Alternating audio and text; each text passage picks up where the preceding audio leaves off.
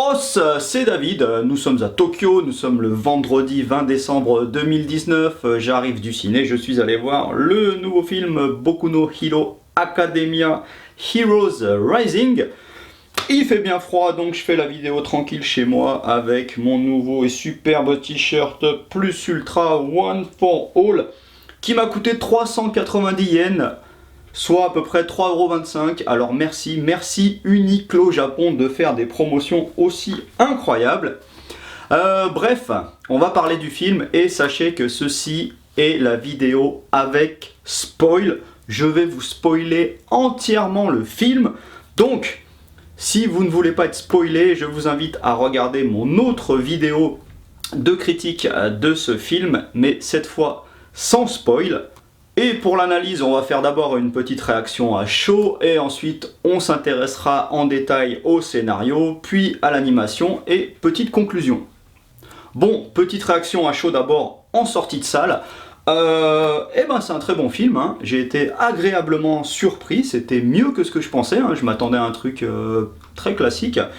Finalement, c'est quand même très bien. On sent que Dragon Ball Super Broly et One Piece Stampede sont passés par là.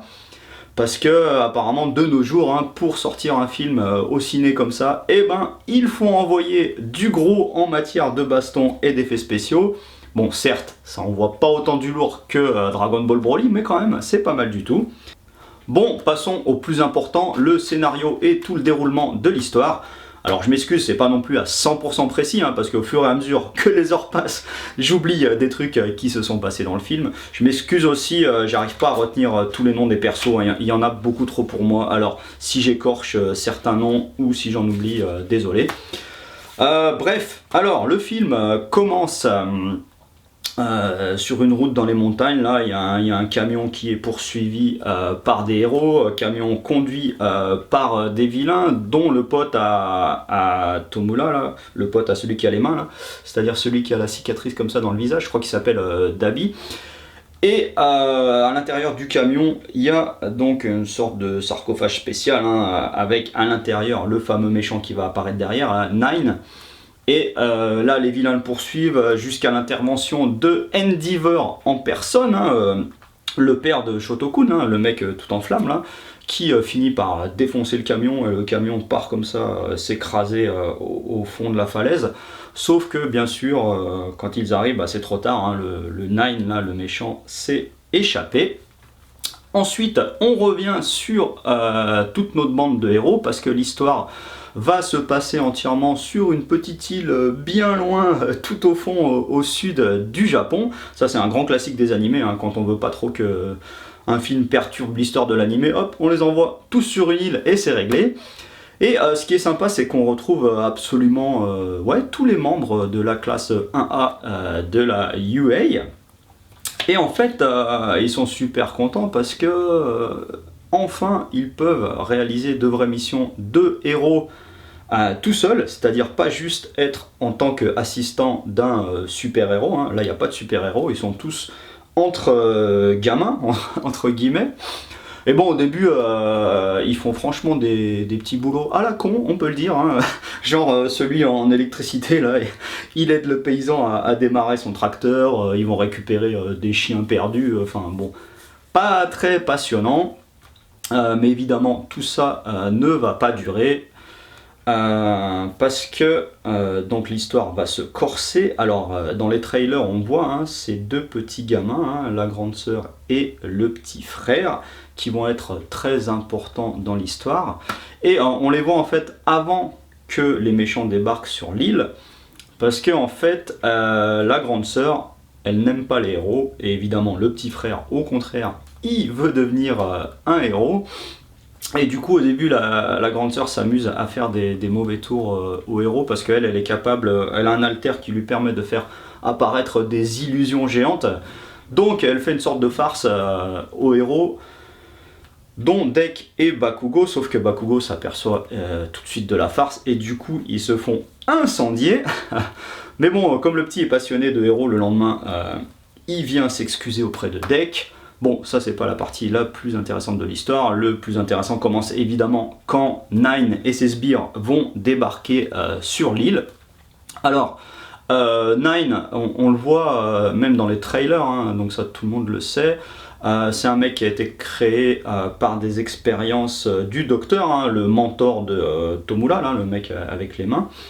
Et donc il est capable de manipuler plusieurs haltères à la fois, 8 ou 9 si je ne me trompe pas. Et surtout, il a le pouvoir de voler des haltères. Et c'est pour ça en fait qu'il va débarquer sur l'île. Parce qu'en fait, il veut s'en prendre à la petite famille, là, le frère et sœur.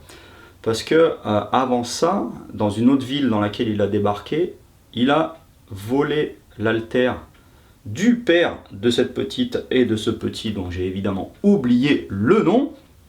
Mais ça ne lui suffit pas. Et donc il s'aperçoit sur le smartphone du père qu'il y a une vidéo avec les petits, et donc il débarque sur l'île pour aller voler l'altère du petit.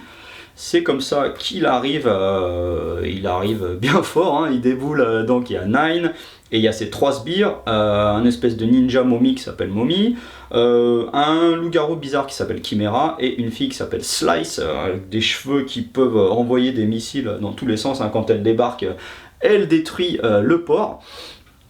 Et chose importante, il coupe aussi la communication. C'est pour ça que la classe 1A en fait se retrouve un peu face à elle-même, quoi. Ils n'ont pas de possibilité de faire directement appel à des héros extérieurs, donc ils vont devoir se démerder tout seuls. Et donc de là ça démarre tout de suite en baston, hein. C'est divisé en groupes, chacun en groupe pour affronter un sbire. Et on a par exemple la momie ninja qui va affronter Bakugo, Red Riot, là, celui qui se durcit, et un autre. Et en parallèle sur la plage, le loup-garou Chimera, là, il va se retrouver face à Tsuyu la grenouille. Le mec Tailman, là, avec sa queue, avec son kimono de karaté. Et surtout Shotokun, hein, le mec feu et glace. Ça se passe pas très bien pour eux parce que quand même les potes du méchant Nine sont quand même très balèzes. Donc ceux sur la plage par exemple, ils arrivent à faire face mais ils n'arrivent pas à prendre le dessus. Du côté de la momie ninja et de Bakugo, alors au début ça se passe mal. Bakugo en fait se fait capturer par les espèces de lanières de la momie là. Et pour s'en sortir il va finir par devoir faire exploser une de ses grenades. Au final, il s'en sort et il défonce la momie, hein, et vraiment il lui explose la tronche. Et du coup, ils arrivent à capturer ce ninja momie, mais qui ne va absolument rien dire sur l'origine et les intentions de Nine. En parallèle, lui, Nine, il déboule aussi, hein, sur l'île.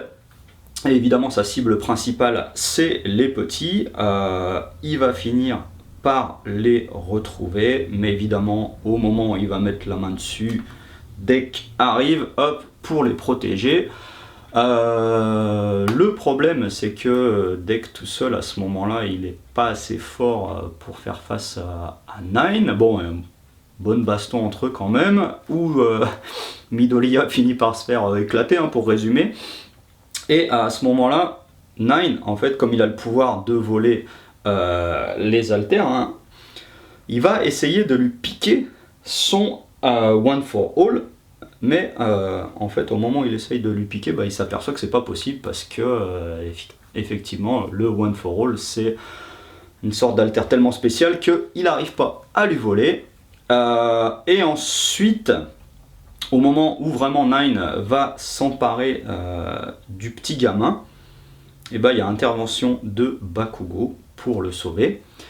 Parce que pour être très précis, en fait, Nine, il a un gros problème, c'est que certes, il peut utiliser plein d'haltères à la fois, mais quand il tire un peu trop sur la ficelle, enfin sur ses réserves d'énergie, par moment, il prend des grosses crises, quoi, et il s'écroule.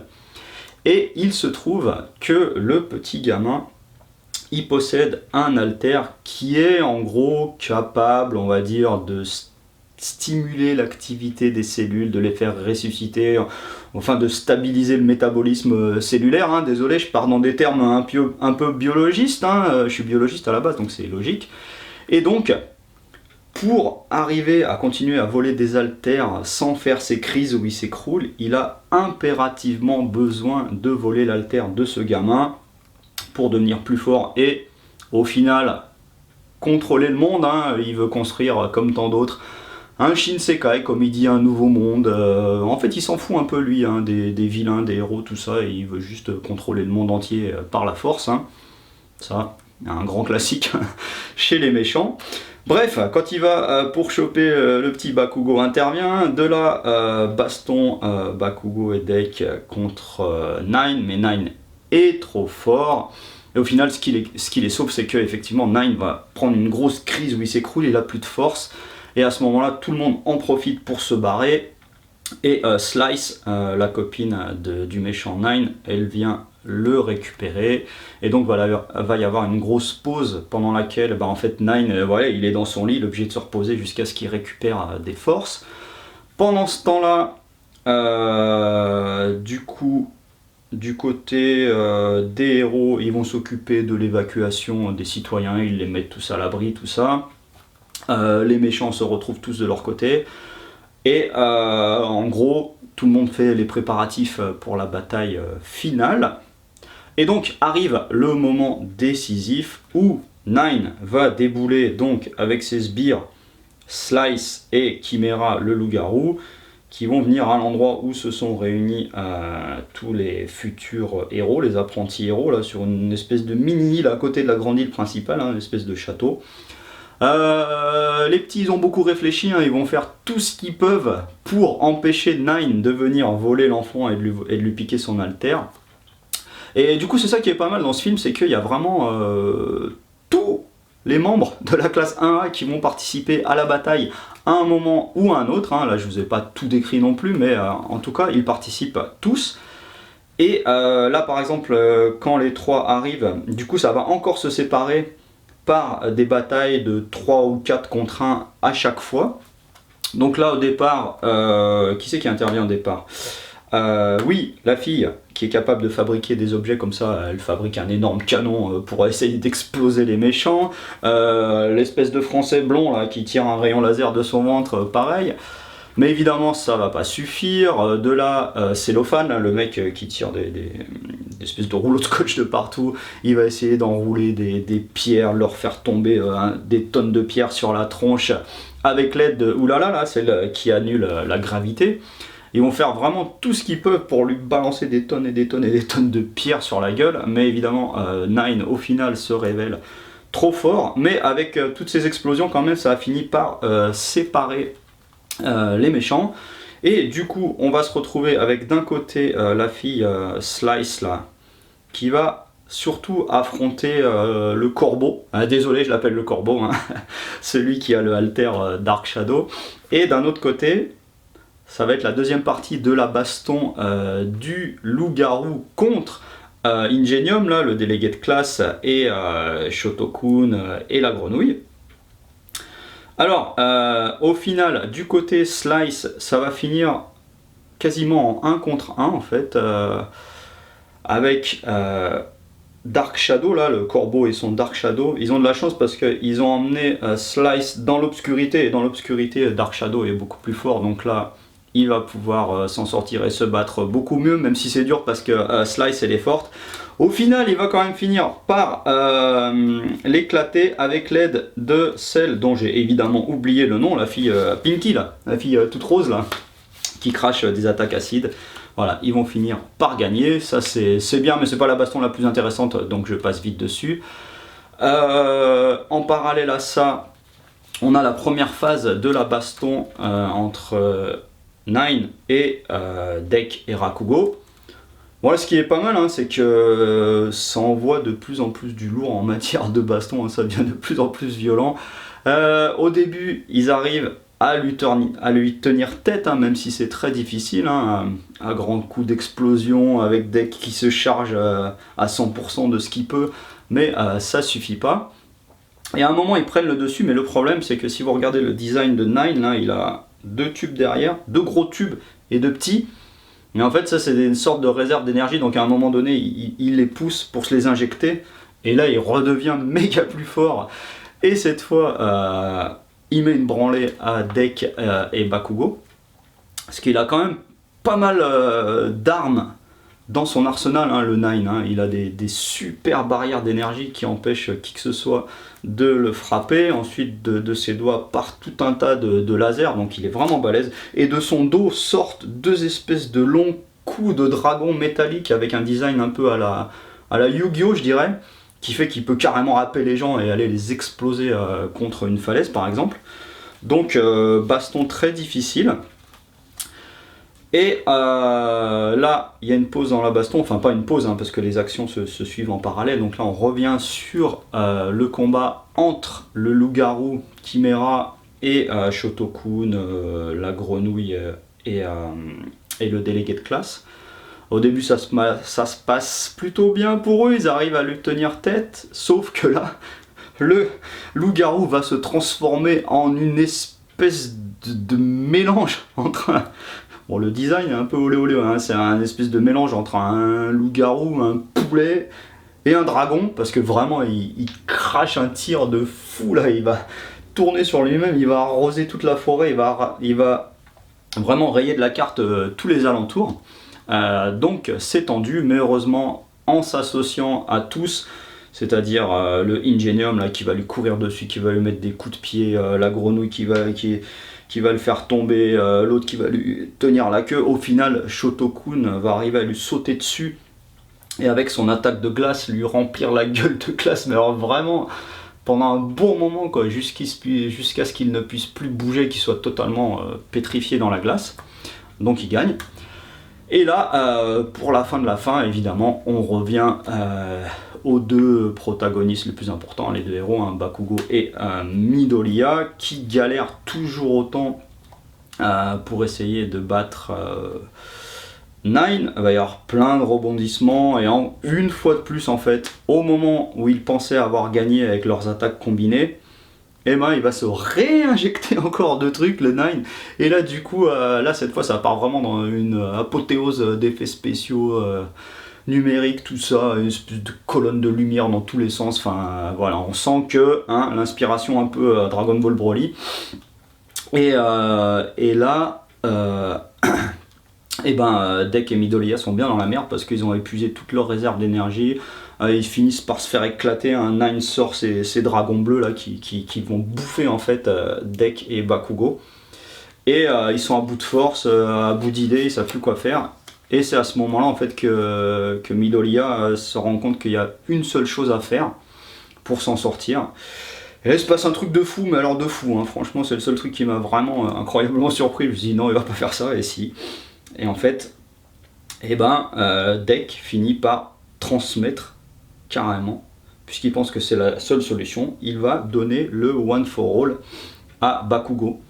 Parce qu'il sait que le temps qu'il lui transmette, lui il va quand même garder de la force, donc ils peuvent garder leur force tous les deux, au moins le temps de battre Nine.